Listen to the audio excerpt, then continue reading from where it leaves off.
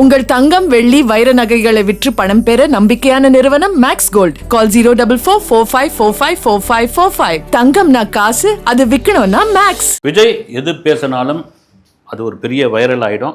அது மாற்றுக்கிறது கிடையாது.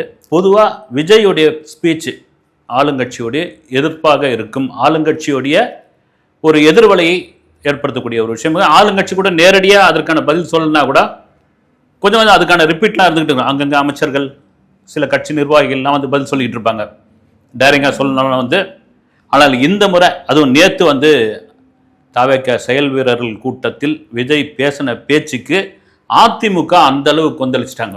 பேசின பேச்சை தாண்டி அவங்க முக்கியமாக எதிர்பார்த்தது என்னன்னா இது பல பேரும் எதிர்பார்த்தது விஜய் கூட்டணி அறிவிச்சிருவாரு, இவங்க கூட போயிடுவோன்னு நேரடியாக சொல்லினாலும் சூசகமாக ஏதாவது சொல்லுவார்.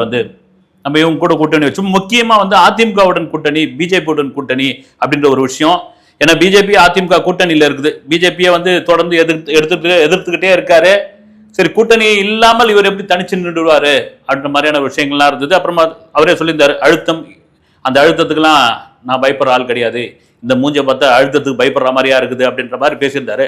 ஆனால் ஒட்டுமொத்தமாக தீய சக்தி, தொடர்ச்சியாக தீய சக்தின்னு திமுக திட்டிடுவார். இந்த முறை என்ன ஆகி போச்சு, ஊழல் சக்தி, ஊழல் கட்சி, அடிமை கட்சி அப்படின்னு சொல்லி பேரை கூட குறிப்பிடல.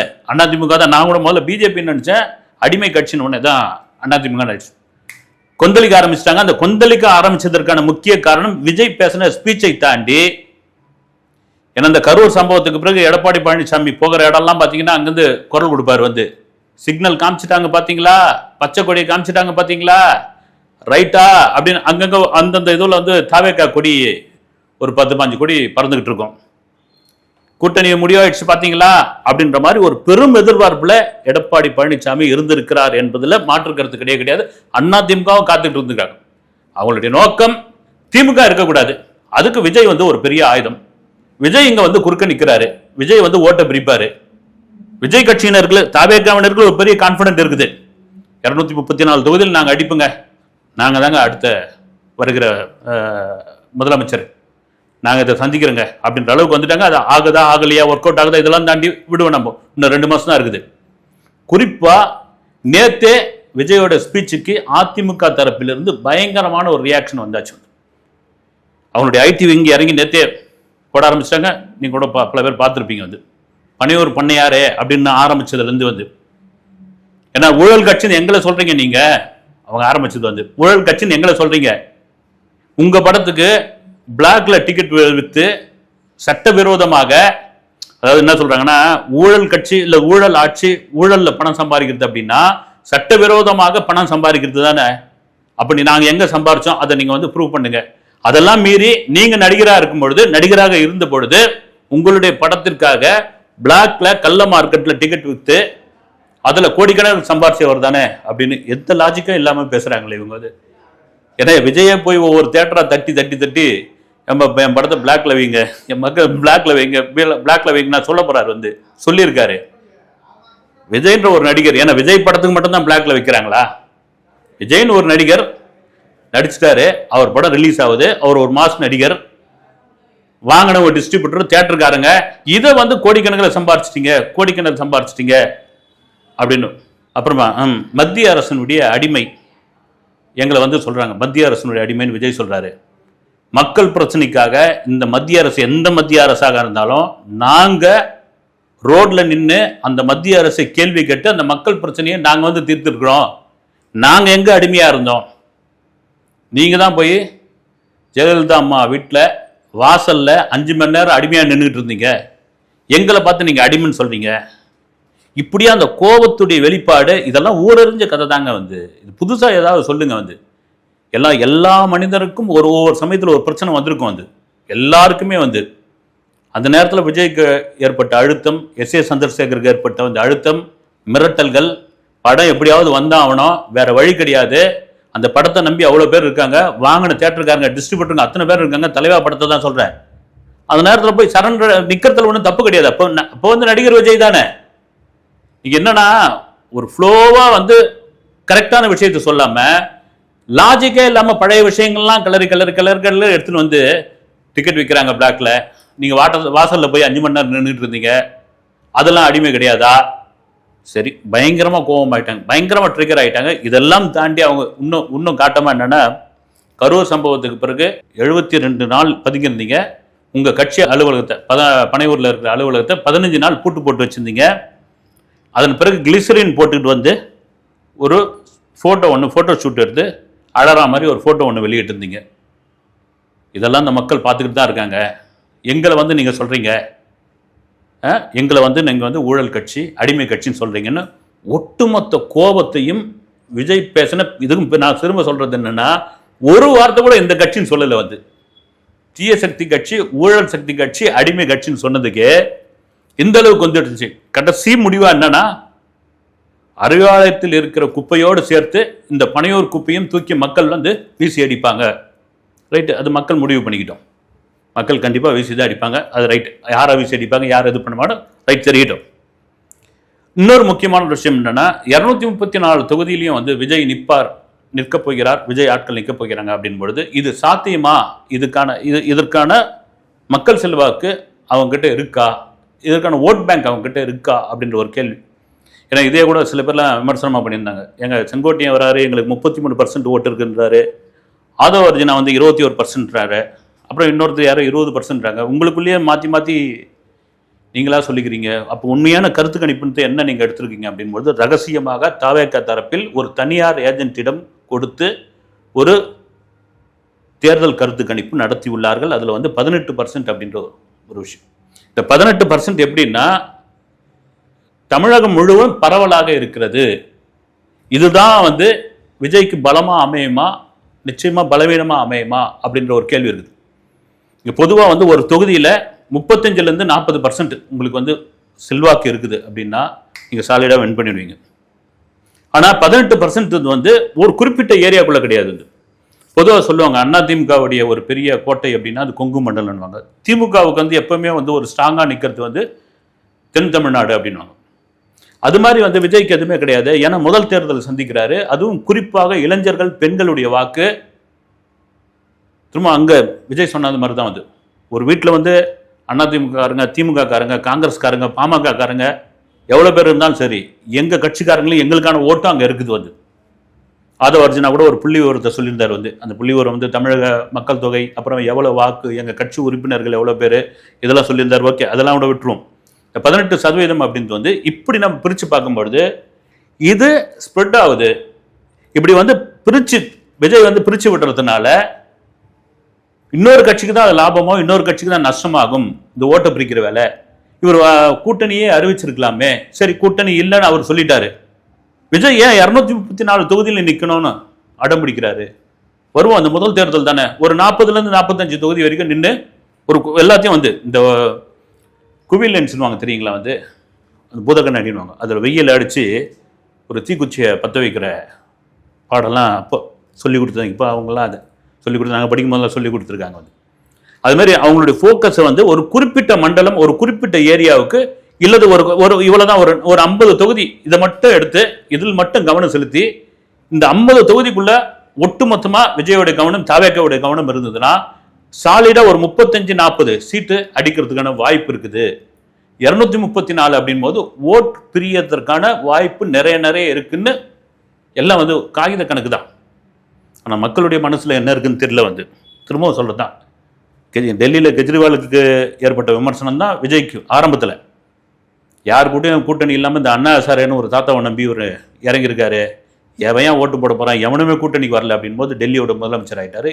இந்த பக்கம் வந்து ஆந்திராவில் ஜெகன்மோகன் ரெட்டி, அவருக்கு இந்த மாதிரி விமர்சனம் இருந்தது. ஒருவேளை விஜய்க்கான அந்த செல்வாக்கை எதிர்பார்க்கலாம். ஏன்னா 2 கட்சி மாற்றி ஓட்டு போடலாம் அப்படின்ற ஒரு விஷயமும் எது வேணாலும் நடக்கலாம். தேர்தலில் என்ன ஒன்றாலும் மேஜிக் நடக்கலாம். ஆனால் நேற்று பேசுறது பல பேர் சொன்னது என்னன்னா, விஜய் வந்து அவருடைய கட்சி நிர்வாகிகளுக்கு, கட்சி தொண்டர்களுக்கு நிறைய எச்சரிக்கையான விஷயங்களை தான் அவர் கொடுத்துக்கிட்டு இருந்தார்னு. இது ஒரு பக்கம் இருக்கும்பொழுது சரிங்க, இது யார் கிளப்பி விட்டதுன்னு தெரியல. விஜய் இவ்வளோ பெரிய மாநாடு கூட்டம், இவ்வளோத்தில் அரங்கத்தில் வந்து அரசியல் இது செயல் வீரர்கள் கூட்டம், மாவட்ட செயலாளர் கூட்டம் இதெல்லாம் பண்ணுறாரு இல்லை, இதுக்கான செலவை யார் பண்ணுறது அப்படின்னு. செலவு பண்ண போட்டு அவங்களுடைய கட்சி, இதில் யார் கேள்வி கேட்குறதுன்னு தெரியல. ஆதவ அர்ஜுனா கண்டிப்பாக பண்ண போகிறது இல்லை. விஜய் வந்து இவ்வளோ செலவு பண்ணுவாரான்னு தெரியல. இது கேள்வி கேட்குற ஒருத்தர் சோஷியல் மீடியாவில் கேட்கறதுக்கான காரணம் என்னன்னா, விஜய் நேற்று சொன்னது தான் வந்து, நான் வந்து அரசியலுக்குள்ளே வந்து 10 ரூபா சம்பாதிக்கணும் கூட ஆசைப்படல. நான் அதுக்கு ஆசைப்படல. எனக்கு வந்து வேணாம், அரசியலில் சம்பாரிச்சு தான் அந்த காசு வரணும்னு எனக்கு ஒரு அவசியம் இல்லை. எனக்கு எல்லாமே இருக்குது. அதே சமயத்தில் என் கட்சியில் யாராவது ஊழல் பண்ணாங்கன்னா நான் வந்து அவங்கள கடுமையான நடவடிக்கை எடுப்பேன். பொதுவாக நாங்கள் லஞ்சம் வாங்க மாட்டோங்க, கமிஷன் அடிக்க மாட்டோங்க. நாங்கள் ஆட்சிக்கு வந்தால் கரெக்டாக இருப்போங்க, டிரான்ஸ்பரன்சியாக இருப்போங்க, மக்களுக்கான பணியில் தான் இருப்போம். இப்படி சொல்கிற ஒருத்தர் இவ்வளோ கோடிக்கணக்கான செலவு பண்ணுறாங்க. யார் பண்ணுறது இதை பண்ணுறதுக்கான நோக்கம் என்ன? இப்போ அரசியலுக்குள்ளே வரீங்க அப்படின்னா இவ்வளோ செலவு பண்ணி நீங்கள் அரசியலுக்குள்ளே வரணும். நீங்கள் இவ்வளோ செலவு பண்ணதுக்கான காசை நீங்கள் எடுக்க தானே செய்வீங்க.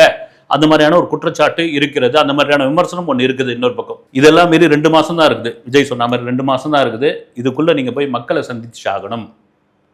மக்களுடைய களத்துக்கு போய் ஆகணும். அது எப்படியாப்பட்ட ஒரு விஷயம் பண்ணுற போகிறாருன்னு தெரியல. நான் கேள்விப்பட்டதுன்னா தவேகா தரப்பிலிருந்து சில நண்பர்கள் சொன்ன ஒரு விஷயம், இந்த குறுகிய காலத்தில் இப்போ கடைசியாக ஈரோடு மீட்டிங் முடித்தார். அதுக்கப்புறம் சேலமா இல்லை தருமபுரியா வேலூரா, இன்னும் தென் மாவட்டத்து பக்கமே போகலை. திருநெல்வேலி, நாகர்கோவில், இந்த பக்கம் ராம்நாடு, இந்த பக்கம்லாம் வந்து காத்துக்கிட்டு இருக்காங்க. அப்படி இருக்கும்போது இந்த குறுகிய காலத்தில் இந்த பர்மிஷன் கொடுக்கறது, கூட்டம் சேர்க்காதீங்க, முன்னாலே கொடுங்க, இது மாதிரியான 1008 நிபந்தனைகள் இருக்கிறதுனால ஒவ்வொரு பகுதிக்கும் விஜய் தனித்தனியாக ஒரு வீடியோ மாதிரி பேசுவது, அந்த மக்களுக்கு நேரடியாக போய் சேர்ற மாதிரி வீடியோவாக பேசி ஒரு 20-25 நிமிஷம் வீடியோ, அதை தேர்தல் பரப்புரை மாதிரி மக்கள் முன்னாடியே பேசுகிற மாதிரியான அந்தந்த ஏரியாவுக்கான விஷயமா அந்த வீடியோ வெளியிட போகிறது. நல்ல ஐடியா தான். இன்றைக்கி சோஷியல் மீடியா தான் ஆண்டுகிட்டு இருக்கு. விஜய்க்கும் ஒரு பெரிய பலமாக செல்வாக்காக இருப்பது வந்து இளைஞர்கள் ஓட்டு தான். சரி, இப்படி நீங்கள் வீடியோவாக பேசுறதுனால வந்து சாமானிய மக்கள், அப்புறமா வந்து வழக்கமாக 2 கட்சிகள் ஓட்டு போட்டுருக்காங்களே, அவங்க மாற்றி ஓட்டு போடலான்னு நினைக்கிற அவங்களுக்கு போய் சேருமா இது? ஏன்னா அவங்ககிட்டலாம் ஆண்ட்ராய்டு ஃபோன் இருக்குமா, அவங்க இதை டிவியில் பார்க்க முடியுமா? இந்த மாதிரியான ஒரு கேள்வி முக்கியமான கேள்வியாக இருக்குது. சரி, இந்த 2 மாதத்துக்குள்ள விஜய் வந்து தமிழ்நாடு முழுக்க தன்னுடைய சுற்றுப்பயணத்தை முடிக்க முடியுமா? அதுக்கு என்ன பிளான் வச்சுருக்காங்க? அது அவங்களுக்கு தான் தெரியும். இதெல்லாம் மீறி கடுமையான விமர்சனம் என்னென்னா, ஏம்பா இது இவர் எதிர்க்கத்தாலும் தனி விமானத்தில் போகிறாரு, ஹெலிகாப்டரில் இறங்குறாரு, போய் அப்படியே வந்து விமானத்தில் இறங்கின உடனே அப்படியே போயிட்டு கேரவனில் போயிடுறாரு, குழுக்குழு அறையில் போயிடுறாரு, வராரு, ஒரு 19 நிமிஷம் பேசுகிறாரு அதிகபட்சமாக, இல்லைன்னா வந்து 8 நிமிஷம் பேசுகிறாரு. மக்களை யாரும் சந்திக்கிறது இல்லை, கட்சிக்காரங்க நின்று ஃபோட்டோ எடுக்கிறது கிடையாது, பெருசாக ஒன்றும் யாருக்கிட்டையும் வந்து ஒரு அறிமுகமே ஆகிறது கிடையாது. வந்தால் விட்டால் போதுமா, நான் ஓடி போயிடுறேன் அப்படின்ற அளவுக்கு இருக்காரு. இவர் எப்படி போய் மக்களை சந்திக்க போகிறாரு? இவர் எப்படி போய் மக்கள் முன்னாடி இருக்க போகிறாரு? ரொம்ப ஒரு கேள்வியாக வைக்கிறாங்க. அது வந்து ஏன்னா நீங்கள் களத்தில் போய் இறங்கி நடந்தால் கூட்டம் வருது, நடந்தால் கும்பல் சேருது, ஒரு வாகனத்தை போனால் பின்னாடி துரத்திக்கிட்டு வராங்க, என்ன பண்ண முடியும்? வந்து இன்னைக்கு அது மாதிரி மாறி போச்சு. வந்து அந்த காலகட்டங்களில் இப்போ எம்ஜிஆர் அப்படி போனார், காமராஜர் அப்படி போனார் அப்படின்பொழுது இந்த மாதிரியான சோஷியல் மீடியாக்கள் இல்லாத காலகட்டம். இப்போ விஜய் வீட்டு முன்னாடியே வந்து 10 கேமராவை நிரந்தரமாக போட்டு வச்சுட்டு இருக்காங்க. அவர் கிளம்பி போகும்போதே சோஷியல் மீடியாவில் பறக்குது. அப்போல்லாம் வந்து ஒரு தலைவர் வராங்கன்னா தெரியாது. அதுக்கப்புறம் தான் ஊரில் கொஞ்சம் கொஞ்சமாக பரவும். ஏன்னா கழனிக்காட்டில் வேலை செஞ்சவங்களா எம்ஜிஆர் வந்திருக்காருன்ட்டு ஓடுவாங்க. அப்போ தான் வந்து அப்படி இருந்த காலகட்டம் இப்போ மாறி போச்சு. வந்து ஏன்னா ஒரு உச்ச நடிகர் அவர் வரும்போது இந்த விமர்சனங்களை எப்படி சமாளிப்பார் விஜய்? அது ஒரு மிக முக்கியமான கேள்வியா. அவர் பேசின மாதிரி தான் கூட்டணி இல்லை அப்படின் போது வேலுநாச்சியாருடைய கதையை சொன்னார். வந்து ஆற்காடு படையை, ஆங்கிலர் படையை வந்து அவங்க எதிர்த்து நின்னாங்க நண்பர்களை வச்சுக்கிட்டு அப்படின்னு. இங்கேயும் நாங்களே எத்தனையோ ஆற்காடு படை, ஆங்கில படைகள்லாம் நாங்கள் வந்து எதிர்த்து நிற்க போகிறோம் ஒரு கான்ஃபிடென்ட்டுக்காக சொன்னது. வந்து நிஜமாகவே வந்து எத்தனையோ ஆற்காடு படை, ஆங்கில படைகள் இன்னைக்கு தாவேகாவுக்கு எதிராக நிற்கிறது. அதை எப்படி சமாளிக்க போகிறாங்க அப்படின்றது ஒரு பெரிய விஷயமாக இருக்கிறது. அதுக்கான வியூகம் எப்படி இருக்குன்னு தெரியல. அப்புறமா பல பேர் நேற்று பேசுனதில் வந்து பல பேர் பல விதமாக கொந்தளிச்சிருக்காங்க. வந்து இவங்க பாஜக தமிழிசை சவுந்தரராஜன் அவங்க கூட சொல்லியிருக்காங்க, அண்ணாமலையும் நானும் வந்து ஒரு உயர் பதவியில் இருந்து அந்த பதவியை வந்து வேணான்னு விட்டுட்டு நாங்கள் அரசியலுக்குள்ளே வந்தவங்க. அதே போல் எம்ஜிஆர் சினிமாவில் இருந்துகிட்டும் அரசியலில் இருந்தோம் வந்தவர். வந்து சினிமாவிலே இருந்தார், அரசியலே இருந்தார். அதனால் அவருக்கு வந்து அரசியல் சுலபம். அரசியலே என்னான்னு தெரியாமல் வெறும் சினிமாவிலே நடிச்சிருந்துட்டு திடீர்னு அரசியலுக்குள்ளே வந்தால் இவரால் எப்படி அரசியல் பண்ண முடியும்? இதெல்லாம் சாத்தியமே கிடையாது. முழுக்க விஜய் வந்து அவருடைய கட்சிக்காரங்களையும் தொண்டர்களையும் ஏமாற்றுகிறார். இதுக்கான வழியே இல்லை அப்படின்னு ஒட்டுமொத்தமாக சொல்கிறதுக்கான காரணம் என்னென்னா, ஏமா இந்த நபரை நாம் வந்து ஒரு நடிகர் நினச்சோம், ஒரு எக்ஸ் வலைதளத்தில் கட்சி ஆரம்பித்தோர்னு நினச்சோம். இவர் வந்து சரி வந்து வருவார், ஏதோ கட்சி நடத்துவார் மற்ற நடிகர்கள் மாதிரி கடையை மூட்டு போவார் அப்படின்னு பார்த்தா நாளுக்கு நாள் கூட்டம் அதிகமாகிட்டே இருக்கு, நாளுக்கு நாள் செல்வாக்கு ஆகிட்டு இருக்கு. ஒரு கட்டத்துக்கு மேலே பயங்கர கான்ஃபிடென்ட்டாக நாங்கள் தனிச்சு தாங்க நிற்போம், வேணாங்க. ஏன்னா எல்லாரும் எதிர்பார்த்ததுன்னா ஏதோ ஒரு கூட்டணிக்குள்ளே வருவாங்க இவங்க, ஏதோ ஒரு சப்போர்ட்டு பிடிக்கிறதுக்கு ஒரு ஒரு ஒரு ஒரு ஒரு கட்டை வேணும், பிடிக்கிறதுக்கு ஒரு தூண் வேணும் அப்படின்னு நினச்சா வாங்க பார்த்துக்கலாம், நம்ம வந்து 234 தொகுதி தானே, என்ன பண்ணுறோமோ பண்ணலாம் அப்படின்பொழுது இந்த கோபத்துடைய வெளிப்பாடு தான் இத்தனை விஷயங்களை இவங்க பேசியிருக்காங்க. இது விஜய்க்கு பின்னடைவா அல்லது விஜய்க்கு வந்து பலமா என்பது வருகின்ற இந்த தேர்தலை பொறுத்து தான் நமக்கு தெரிய வரும். அது அடுத்த கட்ட மூவ் என்ன என்பது தாவேக்காவினருக்கு மட்டும்தான் தெரியும். அடுத்த வீடியோவில் சந்திக்கிறேன். நன்றி.